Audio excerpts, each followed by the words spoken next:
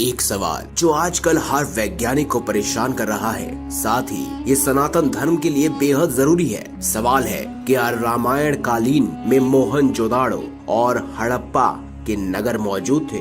आप इसके बारे में क्या सोचते हैं? कमेंट बॉक्स में जरूर बताइएगा और इस विषय के बारे में जानने के लिए इस वीडियो को अंत तक जरूर देखिएगा, क्योंकि आज हम कुछ ऐसे खास रहस्यों से पर्दा उठाएंगे। आप देख रहे हैं द भक्ति।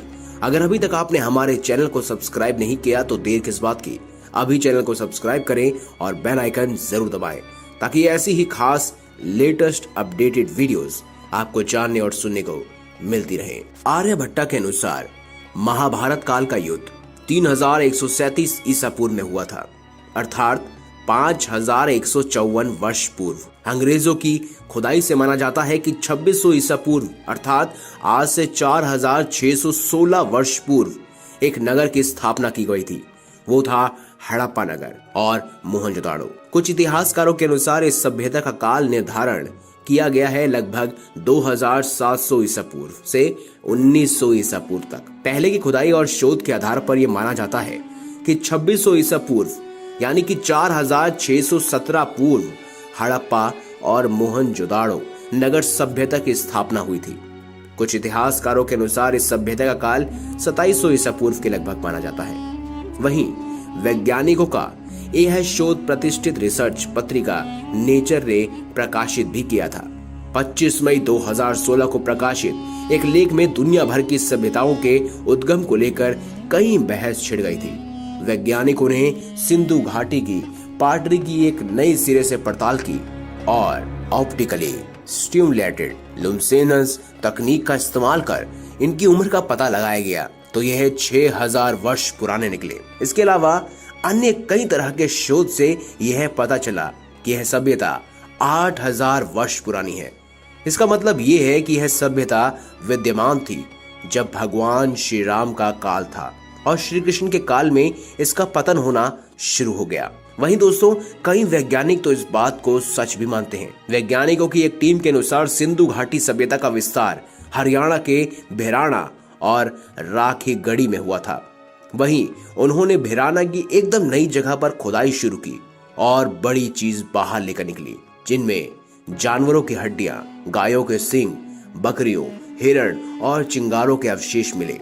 डेक्कन कॉलेज के आरती देशपांडे ने बताया कि इन सभी के बारे में कार्बन 14 के जरिए जांच की गई, जिससे ये पता चला कि उस दौर में सभ्यता को किस तरह से पर्यावरणिक स्थितियों का सामना करना पड़ता था। सिंधु घाटी की जानकारी हमें अंग्रेजों के द्वारा दी गई खुदाई से प्राप्त हुई, जबकि उसके बाद अन्य कई शोध और खुदाइयां हुई जिसका जिक्र इतिहास की किताबों में नहीं किया जाता है।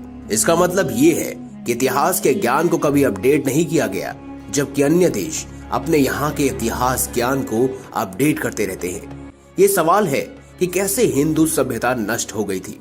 इसके जवाब में वैज्ञानिक कहते हैं कि कमजोर मानसून और प्राकृतिक परिस्थितियों के बदलाव के चलते ये सभ्यता उजड़ गई थी। लेकिन दोस्तों, कई सारे शोध के अनुसार ये कहा जाता है कि जब भगवान राम अस्तित्व में थे तब उस समय मोहनजोदाड़ो और हड़प्पा नगर मौजूद थे और महाभारत तक आते आते वह अपने विनाश की तरफ बढ़ रहे थे। शायद ये संभव है क्योंकि जहां तक महाभारत की बात है तब बहुत सारे परमाणु अस्त्रों का उपयोग किया गया था। वहीं मोहनजोदाड़ो और हड़प्पा सभ्यता में जब कई अवशेष पाए गए तब पाया गया कि उनमें से कुछ अधिक अवशेष ऐसे थे जिनके अंदर रेडिएशन की मात्रा ज्यादा पाई गई।